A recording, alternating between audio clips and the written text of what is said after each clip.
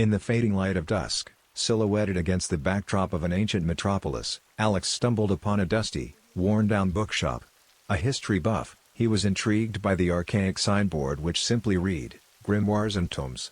Despite his logical inclinations, he felt an inexplicable urge to enter. Inside, a single lamp cast eerie shadows on shelves filled with books, their bindings worn with age.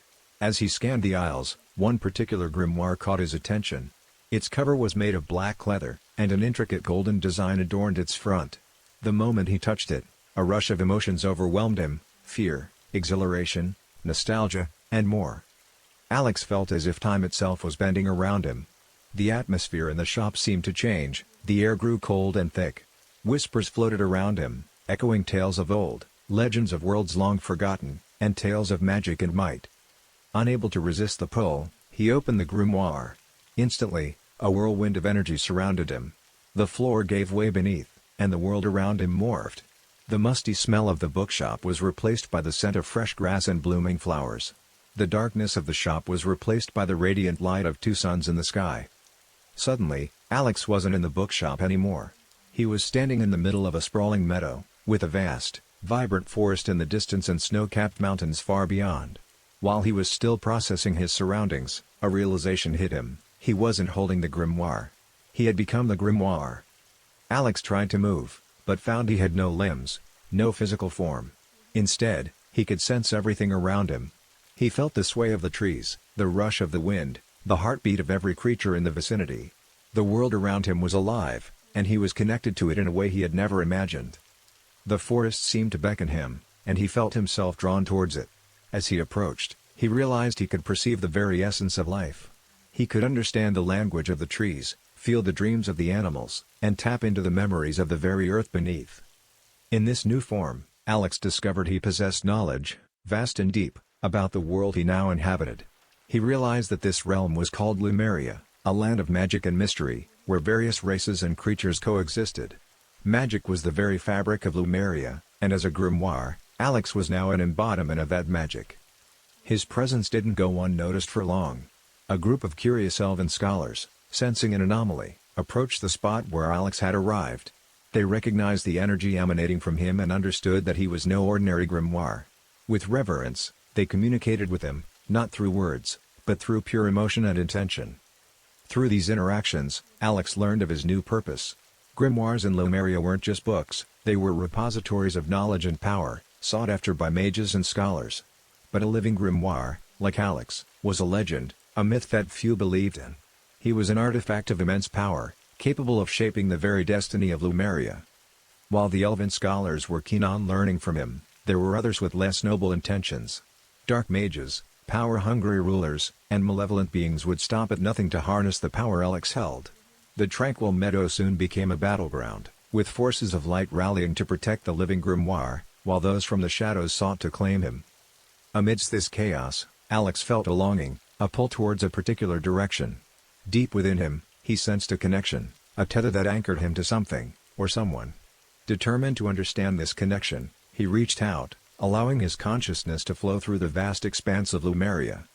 And then, in a secluded grove bathed in moonlight, he found her. A lone mage, her silver hair flowing like a river of stars, her eyes reflecting the cosmos. She held in her hand a pendant, identical to the design on the cover of the grimoire. In that instant, memories flooded back to Alex. Memories not of his life as a man but of an eternal bond, a promise made across lifetimes and realms. She was his guardian, his protector. And as their energies intertwined, a new chapter in the tale of Lumeria began. Lumeria's nights were filled with the brilliance of 1,000 stars, but none shone as brightly as the Silver Mage, whom the denizens of the land came to know as Seraphel. Her lineage was shrouded in mystery, her origins whispered about in legends. Her power lay not just in spells and incantations, but in understanding the very fabric of magic itself. Seraphel had spent centuries searching for the mythical living grimoire. Ancient scrolls spoke of a being, not of paper and ink, but of pure arcane energy. A being that held the combined knowledge of countless realms, and when paired with its destined guardian, could bring about an age of prosperity or destruction. As Alex's consciousness recognized Seraphel, her presence felt like a soothing balm, bringing clarity to his overwhelming new existence. Their connection was undeniable, their souls had danced this dance in times long past. With Seraphel's guidance, Alex began to harness his vast potential. They would retreat to a sacred glen, where time seemed to stand still. Here, surrounded by ancient willows, they would commune. Seraphel would cast intricate spells, weaving them with Alex's limitless knowledge. Together, they unlocked arcane secrets that Lumeria had long forgotten. News of the Silver Mage's alliance with the Living Grimoire spread like wildfire. Mages and scholars from distant lands embarked on pilgrimages to seek their wisdom. The glen became a beacon of learning and magic. A sanctuary where rivalry ceased, and knowledge was the only pursuit. But not all were pleased with this blossoming alliance. Zephyrian, a dark sorcerer who had once been a peer of Seraphel, saw the Living Grimoire not as a beacon but as a tool. A tool that would grant him unparalleled power, allowing him to subjugate Lumeria and realms beyond. Harnessing forbidden arts, Zephyrian crafted shadowy sentinels, creatures born from the very essence of darkness. He dispatched them to capture Alex and bring him under his dominion. The sentinels, like wisps of smoke, were intangible, able to slip past the most formidable of defenses. One fateful night, as Lumeria's twin moons cast their silvery glow, the sentinels attacked. The sacred glen, once a haven of peace, became a battlefield. The very earth trembled as magic clashed with magic. Seraphel, formidable and unyielding, called upon the forces of nature. Ancient trees uprooted themselves, becoming guardians of the glen. The waters from the stream rose, forming barriers against the intruders. And from the depths of the Living Grimoire, Alex summoned spirits of old, warriors of legend, to stand alongside Seraphel. Hours felt like eons, but slowly, the tide of the battle shifted. The shadowy sentinels, though relentless, were no match for the combined might of the Silver Mage and the Grimoire's ancient spirits. With a final, resonating incantation from Seraphel, the last of the sentinels dissipated, leaving behind a trail of dark mist. However, the attack was a revelation. The sanctuary they had built was no longer safe. If they were to protect Lumeria from impending doom, they needed to be proactive. They needed to confront Zephyrian and put an end to his nefarious ambitions. Determined, Seraphel and Alex set forth from the glen, embarking on a journey to the Obsidian Fortress, the lair of Zephyrian. They knew the path was fraught with danger, but together, they also held the promise of a brighter future for Lumeria. As they ventured deeper into the heart of darkness, the very air grew thick with malevolence. But the resolve of the Silver Mage and the Living Grimoire burned even brighter. They were Lumeria's last hope, and they would not falter. The Obsidian Fortress, a towering monolith of dark stone and twisted magic, stood defiantly amidst a barren wasteland. Its spires seemed to pierce the very heavens, challenging the cosmos itself. Surrounding the fortress was an abyss, where lost souls howled in perpetual torment, a grim testament to Zephyrian's cruelty. As Seraphel and Alex approached, the fortress's imposing gates swung open, not as a welcome gesture, but a taunt. They stepped into a massive courtyard, where the very ground seemed to pulsate with dark energy. Suddenly, from the swirling shadows, Zephyrian emerged. His eyes, devoid of light, locked onto Seraphel's. "Ah, the prodigious Silver Mage and her newfound toy," he sneered. "Did you truly believe you could challenge me in my own dominion?" Without waiting for a response, Zephyrian summoned a torrent of dark magic, aiming it directly at Seraphel. But with a thought, Alex erected a barrier, deflecting the onslaught. The Living Grimoire was not just a repository of knowledge, it was a conduit of unmatched power. The battle that ensued was unlike any Lumeria had ever witnessed. The very fabric of reality seemed to warp and twist. Light clashed with darkness, ancient spells met forbidden sorceries, and the echoes of their confrontation resonated across dimensions. Zephyrian, drawing power from the fortress and the abyss, seemed inexhaustible. But Seraphel and Alex had something he did not: unity.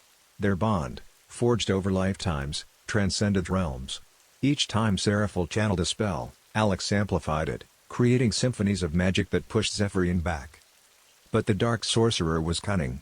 Sensing he was being overpowered, he played his trump card. With an incantation, he began siphoning the souls from the abyss, intending to fuse with them and achieve godhood. The very atmosphere grew dense, and a vortex of screaming souls surrounded Zephyrian, granting him immense strength.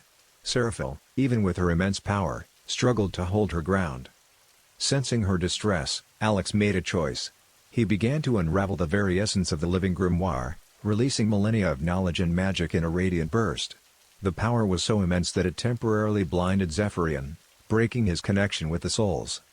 Seizing this opportunity, Seraphel channeled the purest form of her magic, weaving it with the remnants of Alex's energy. Together, they forged a spell that not only bound Zephyrian but also began to purify the obsidian fortress. As the spell took effect, the dark stone of the fortress started to glow, turning into crystal. The abyss surrounding the fortress began to close, and the souls trapped within were set free, ascending as radiant lights into the cosmos. Zephyrian, stripped of his power, was bound in ethereal chains, forever imprisoned within the now crystalline fortress, a guardian of his own prison. The battle was over, but it came at a cost. The Living Grimoire, having expended its essence, could no longer sustain its form. Alex's consciousness began to fade, returning to the cosmic ether from whence it came. As the first light of dawn broke, Seraphel held the remnants of the grimoire, tears streaming down her face. She whispered words of gratitude, love, and hope, sending Alex on his journey beyond. Lumeria was safe once more, its future brighter than ever. Seraphel, having witnessed the power of unity, established a new order of mages dedicated to preserving the balance of magic. And at the heart of their sanctuary, a crystalline pedestal held the remnants of the Living Grimoire, a testament to the eternal bond between a mage and her grimoire, and the sacrifices made for love and duty.